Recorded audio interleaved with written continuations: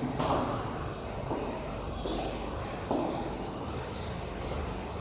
morning, guys.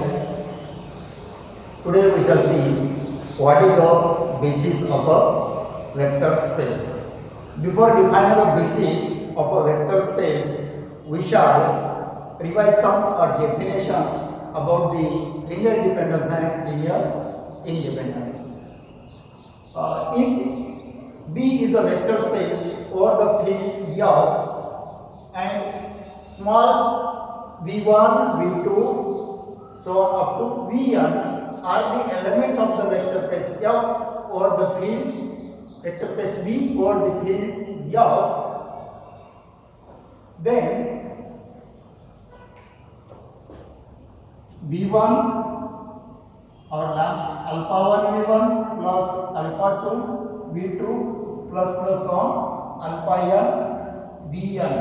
This is called as a linear combinations of elements of v1, v2, vn, where the alpha 1, alpha 2, alpha n are the elements of the field F. Okay? This is a linear combination. If we define B, no doubt this linear combination of our elements of vector space V is also an element of a vector space B.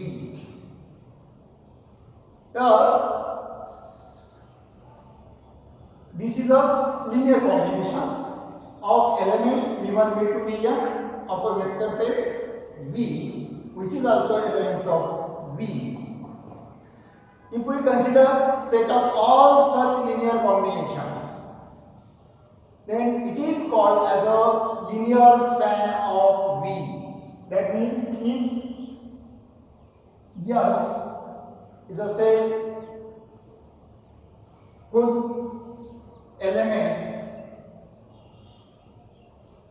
consider the linear combination of same type, means we shall consider linear combination of elements of S, and then set of all such linear combination of elements of S is called as a linear span of S, and we shall divide it as a L of S. Here S is a subset of vector space V.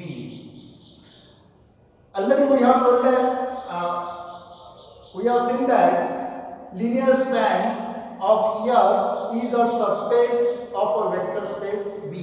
That means if L of S is a linear span of V, here V is a vector space, then L of S is a subspace of V. Okay? Now, here, as it is a linear combination of elements of S is a subset of V, L of S is always a subset of vector space V. L of S is always subset of vector space V. If we have V is also subset of L of S. That means if we take this together, this means that L of S is equals to V. If we have L of S is equals to V, then vector space V is called as a finite dimensional vector space. Means set of a linear span of V is equals to vector space V itself. In such cases, the vector space V is called as a finite dimensional vector space. Now there will be question for MCQ. If V is a finite dimensional vector space, then dash. Option will be like this: L of S is equal to V, L of S is equals to S, L of S is equals to F, like that. If V is a finite dimensional, then correct alternative is L of S is equals to V. Now just we have seen that this is a linear combination of elements of V, and alpha 1, alpha 2, alpha n are scalars, that means elements of F. Then we know that if these scalar coefficient in the linear combination alpha 1 v1 plus alpha 2 v2 plus on alpha n vn, if this linear combination is equals to 0 and at least one scalar coefficient alpha 1 alpha 2 alpha n is not 0, then the elements v1 v2 vn are called as a linearly dependent elements. Okay, and if all these scalar coefficients are equal to 0, that means alpha 1 equal to 0, alpha 2 equal to 0, so on to last alpha n is equals to 0, then the elements v1 v2 vn of a vector space V are called as a linearly independent elements. That means, listen carefully, V is a vector space over the field Y, and alpha 1, alpha 2, alpha n belongs to Y. V1, V2, Vn belongs to vector space V, such that alpha 1 v1 plus alpha 2 v2 plus on alpha n vn is equals to 0. But not all coefficient alpha I, that means I goes from 1 to n, are 0 at the same time. Not all alpha 1 alpha 2 alpha n equal to 0, but the scalar coefficient equal to 0, then these vectors v1 v2 vn are called as a linearly dependent. In short, we write this as a LD, that means linearly independent. Now instead of that scalar coefficient, at least one scalar coefficient is not equal to 0, if it implies alpha 1 is equal to 0, alpha 2 equal to 0, so on. Alpha n equal to 0, then the vectors v1, v2, vn are called as a linearly independent vectors. These vectors are called as a linearly independent vectors. Okay. As we have seen that if at least one scalar coefficient is not equal to 0, the vectors are linearly dependent. If all are equal to 0, the vectors are linearly independent. From these two definitions, it is clear that if we consider set of vectors v1, v2, vn, it is either linearly dependent or linearly independent. If it is given that v1, v2, vn is not a linearly independent, then v1, v2, vn must be linearly dependent. Is it clear? Now,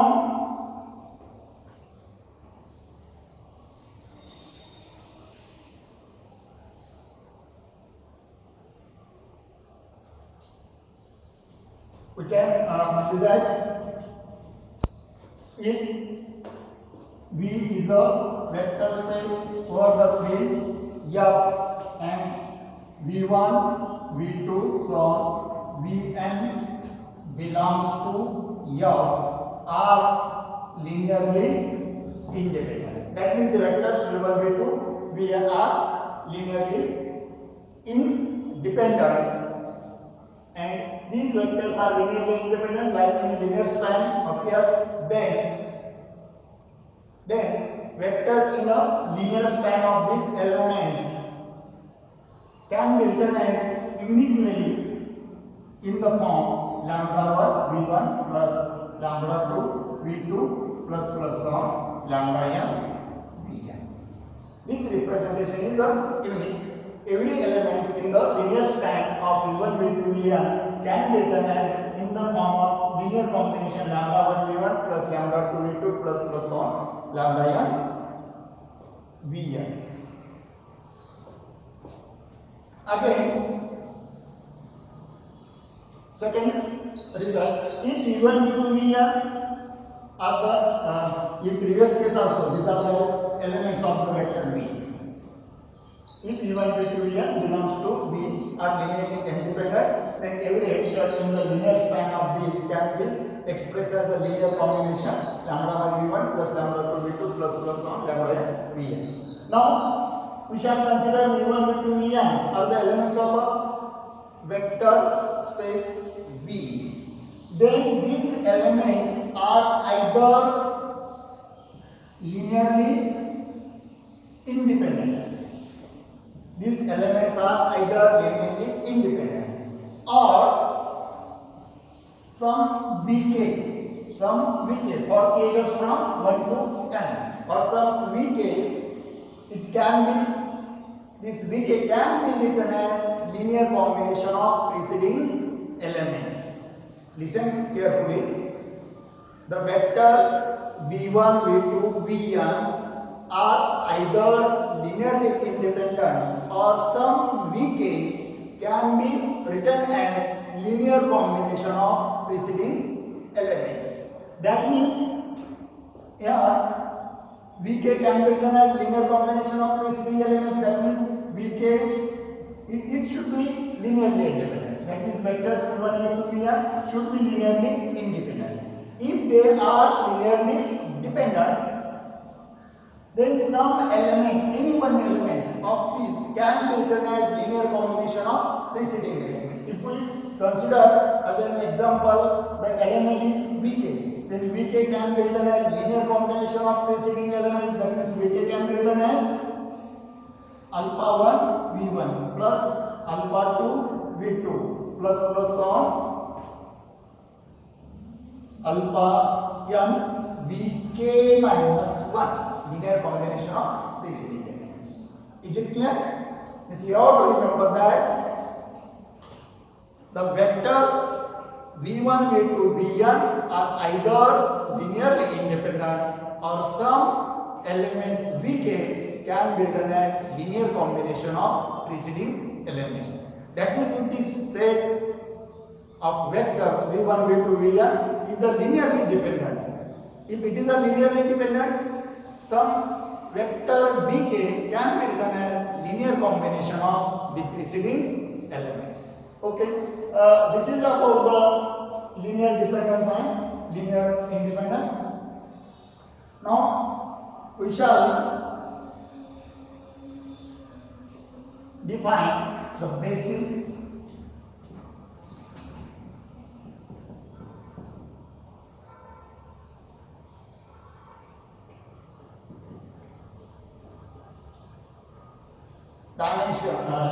basis of a vector space. To define this, let V is a vector space over the field Y. If V is a vector space over the field Y and S is subset of V such that S consists of linearly independent elements. S consists of linearly independent elements and L of S is equals to V. Then we say S is called as a basis set of vector space V. Now this definition is very important. Try to understand. Listen again. If V is a vector space over the field F and S is a subset of V. If S consists of linearly independent elements and L of S is equals to V, then we say S is called as basis of vector space V. Or in short, we can define it as if V is a vector space and S is a subset of V satisfying the condition, thus S is linearly independent. That means vectors in S are linearly independent. And second, L of S is equals to V. If these two conditions are satisfied, then S is called basis of V. Is it clear? What is the meaning of L of S is equal to V? We know that if there exists a subset S of a vector space V such that L of S is equal to V, then vector space V is called as a finite dimensional vector space. That means second condition is that the vector space V must be finite dimensional and vectors in S must be linearly independent. Okay, then the set S is called as a basis of V or basis set of V. Now you have to remember these two conditions for the MCQ. A finite dimensional vector space V is called as a basis if dash dash dash there exists a subset S having linearly independent element, linearly dependent element, both linearly dependent element and independent element. The element in S must be linearly independent. Okay? Means for a basis, you have to remember that vector space must be finite dimensional. L of S is equals to V. And to prove that vector space is finite dimensional, only you have to prove that V is a subset of L of S. This condition is L of S is a subset of V and V is a subset of L of S. Always L of S is a subset of V, only you have to prove that V is a subset of L of S. Now, from the definition, it is clear that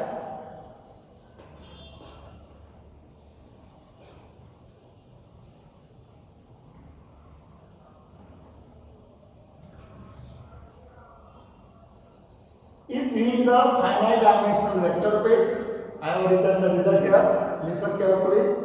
If V is a finite dimensional vector space and if U1, U2, Um span V. What is meaning of this? U1, U2, Um span V means this element. U1, U2, so on. Span V. Span V means L of U1, U2, is equals to V. This is given. If you denote this as a set, yes. S is a set of the elements U1 into Em. This means L of S is equals to V. That means U1 into Em span V. Then some subset of these elements U1, U2, so on, Um forms a basis of V. Okay, is it clear? If V is a finite dimensional vector space and if U1, U2, Um spans V, that means its linear combination, set of all linear combination of these elements must be equals to V. Then the subset of these elements U1, U2, Em forms a basis of V. Okay, that means if it is given that U1, U2, Em spans V and U1, U2, so on, UK is a subset of U1, U2, Em, then this subset must form a basis of V. Okay? The second result, if the set V1, V2,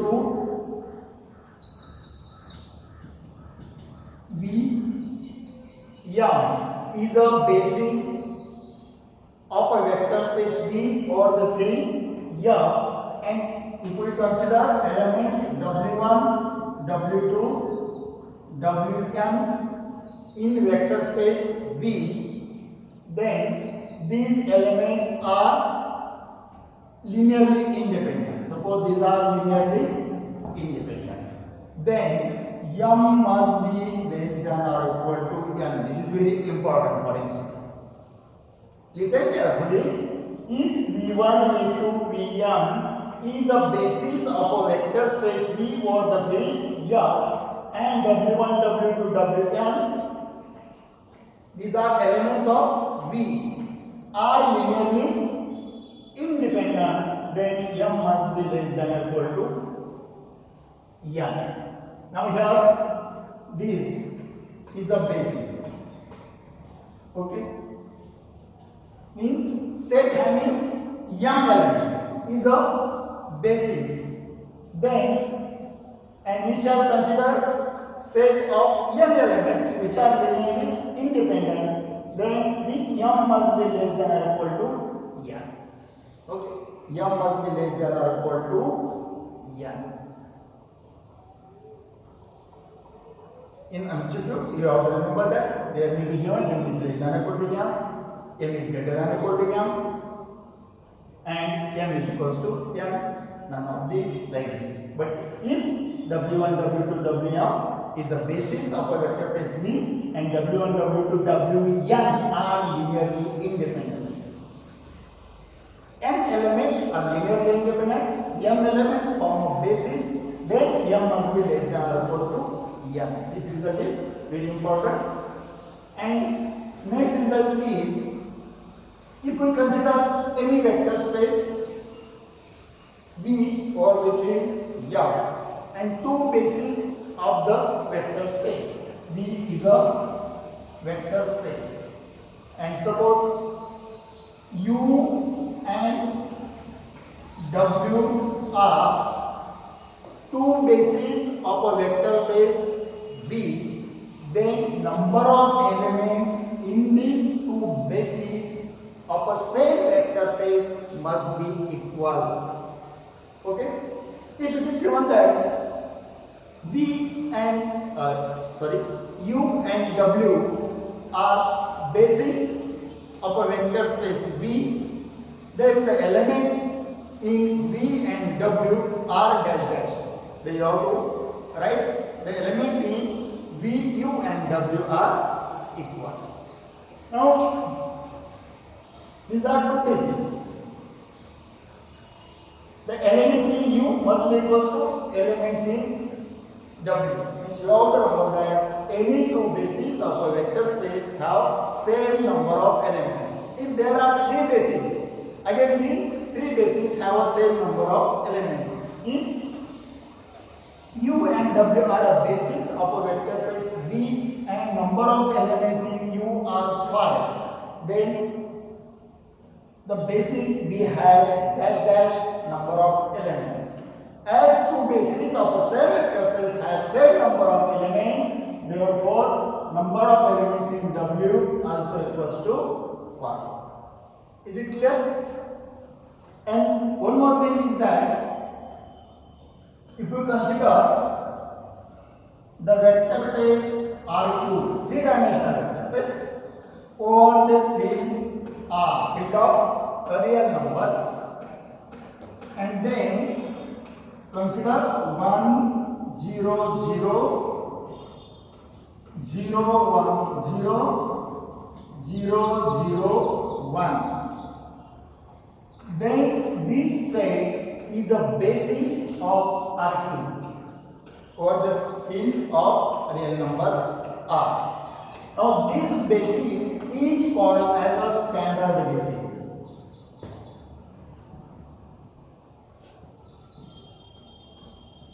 Standard basis. Okay. If we note out R cube or R is a vector space, then 1, 0, 0, 0, 1, 0, 0, 0, 1. This is a basis of vector space R cube or the field of real numbers. Then this basis is called as a standard basis. Okay. From today's lecture, you should understand that there will be many questions or MCQs which can be obtained from the results. You have to read these results carefully. Thank you. with this we shall conclude our today's lecture.